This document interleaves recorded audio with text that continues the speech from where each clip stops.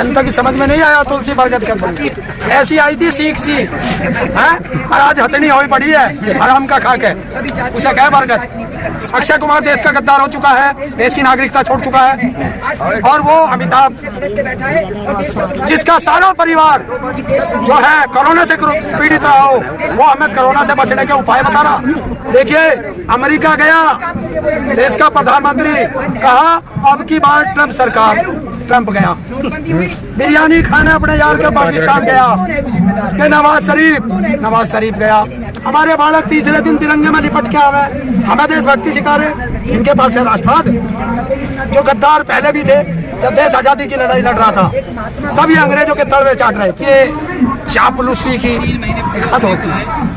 पहले कहते थे यही मोदी, यही बीजेपी का नारा था, बहुत हुई महंगाई की मार अब की बार है?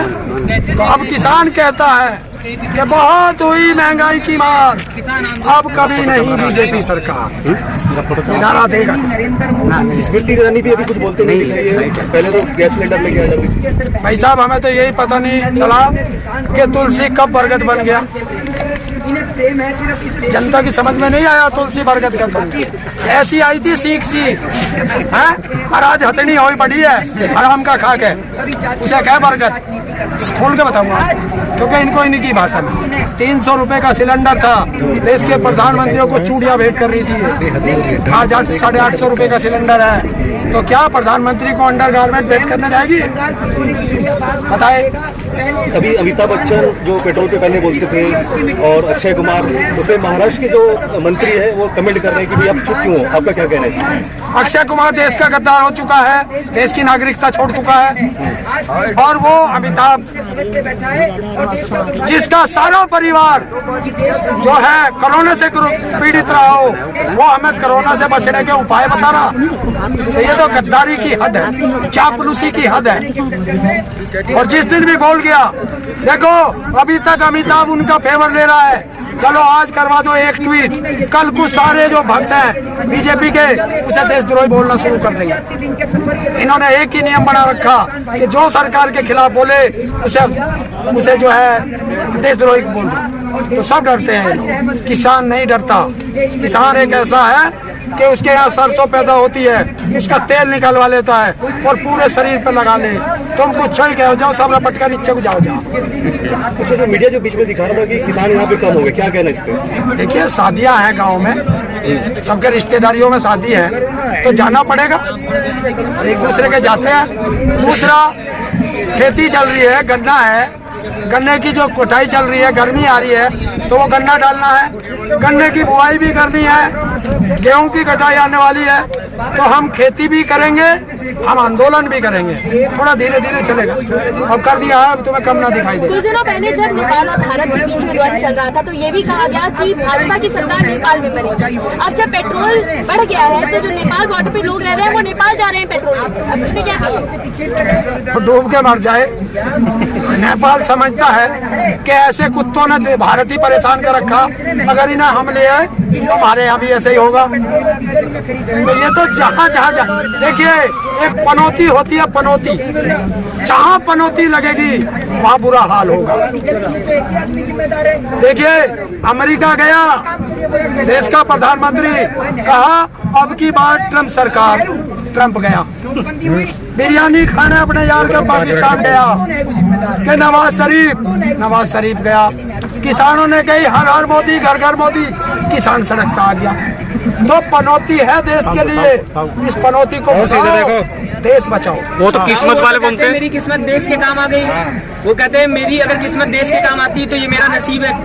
भगवान करे ऐसी किस्मत भारत देश को दोबारा ना मिले, कभी ना मिले। तब 2.5 महीने हो गए, थक तो नहीं गए आप लोग? ना थके थे, ना थके हैं और ना कभी थकेंगे। किसान थे, किसान है और किसान रहेंगे। तो आपको इस कानून से दिक्कत है ना, कानून से दिक्कत है। कल आप सिसोली गए थे, टिकैत जी के जो बड़े भाई हैं राकेश टिकैत जी के, वो बोलते हैं किसी भी बीजेपी के कार्यकर्ता को अपने प्रोग्राम में शामिल मत करो, शादी में शामिल मत करो। हाँ, तो एक पर्टिकुलर क्यों? आपको तो कानून से प्रॉब्लम है। अरे हमें सरकार से भी तो है, कानून सरकार ने बनाए, और सरकार किसकी है? बीजेपी की। अगर उन्हें जो नेता है उन्हें किसानों से प्यार है तो कहवे ना अपने बाप से कि हमें क्यों पिटवावे गमों में। बताओ भाई, जब सरकार उनकी है तो विरोध उनका करेंगे। यही तो इस देश का नाश कर रहा मीडिया, कि सरकार से सवाल करना चाहिए, ये विपक्ष से सवाल करते हैं। तो ये मीडिया सही कैसे होगा? राष्ट्रवाद की बात कही गई है भाजपा सरकार की ओर से, अब महंगाई की बात है, राष्ट्रवाद लेकर के आए, इस पर क्या कहते हैं? अरे राष्ट्रवाद क्या है? इन्हें तो राष्ट्रवाद दिखाते हैं, इसी चीज में तो ये मार रहे। और जो देश के सबसे बड़े देशद्रोही है वो हमें राष्ट्रवाद सिखा रहे, जिन्होंने आज अपने हेडक्वार्टर पे कभी तिरंगा नहीं लहराया, वो हमें तिरंगे की शान बता रहे। हमारे बालक तीसरे दिन तिरंगे में लिपट के आ गए, हमें देशभक्ति सिखा रहे।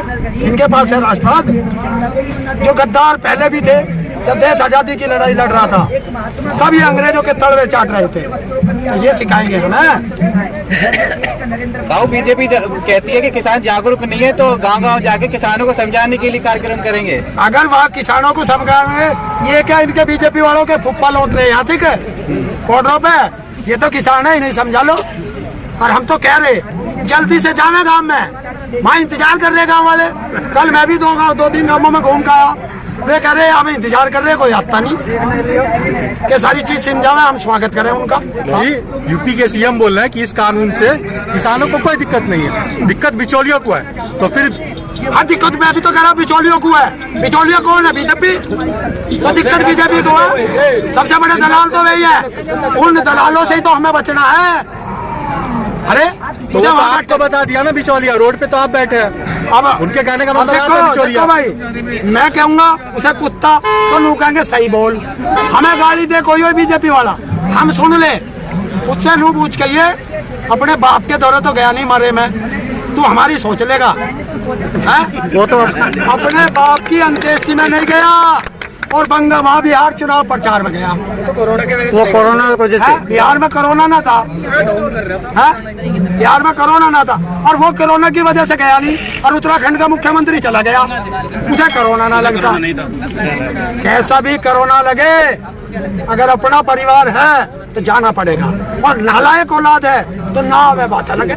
कांग्रेस जो कि वहाँ पे पश्चिम पंजाब में चुनाव जीती है, क्या इस वजह से आंदोलन की बदौलत जीती है या ईवीएम की बदौलत जीती है? मुझे ये पता नहीं कौन जीतता। हाँ। मुझे एक पता कि बीजेपी गई 0-0-0। जैसा किसानों की पर्ची पे आया 0-0-0 रेट, किसानों ने कह दिया, क्योंकि वहाँ एक अकेले किसान से मत मानना, आम जनता जो जिसको इस बिल से परेशानी है उन्होंने कर दिया 0-0-0। तो कि देश की 80% जनसंख्या को फांसी लगेगी अगर ये बिल रह गया।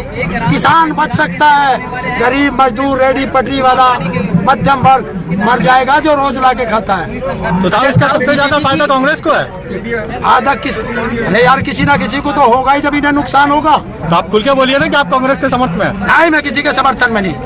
मैं कहता हूँ वोट किसी को भी मत देना, बस इन बीजेपी के कुत्तों को जीवन में कभी वोट मत देना। अच्छा, अभी ताऊ बीजेपी की एक आप बीजेपी की सदस्य हैं जो ड्रग्स के साथ पकड़ी गई है। बीजेपी एक तरफ अपने आप को राष्ट्रवाद बोलती, दूसरी तरफ उनके सदस्य ऐसे पाए जा रहे हैं, उसको लेके क्या कहना चाहिए? अब ये तुम देखो, तुम ही बताओ राष्ट्रवाद है, किसने सर्टिफिकेट दिया आज तक पता नहीं चला है? और बंगाल में तो खपत बढ़ गई होगी भाई, है ड्रग्स की खपत बढ़ गई होगी, वहाँ तो अब महंगी बिकेगी और खूब बिकेगी। बीजेपी चुप है, शांत है, कुछ नहीं बोल रही, मीडिया भी शांत है, किसानों पे लगातार सवाल हो रहे हैं। तो करेंगे ही। अब वे बॉलीवुड वाले आओ बाहर निकल के, जिन्हें लोग आ रहे थे सारे ड्रग्स में लिपटे फिरे, सबकी मैंने ठेका उठाया, जब उन पर पड़ी थी अब निकल के आओ बाहर को, तड़वे तो जाते के बीजेपी के, और लड़ाई करूंगा उनके लिए मैं। अरे चौथे ना लगते हुए, अरे सुधरे सारे ड्रग्स खा खा के मर जाओ।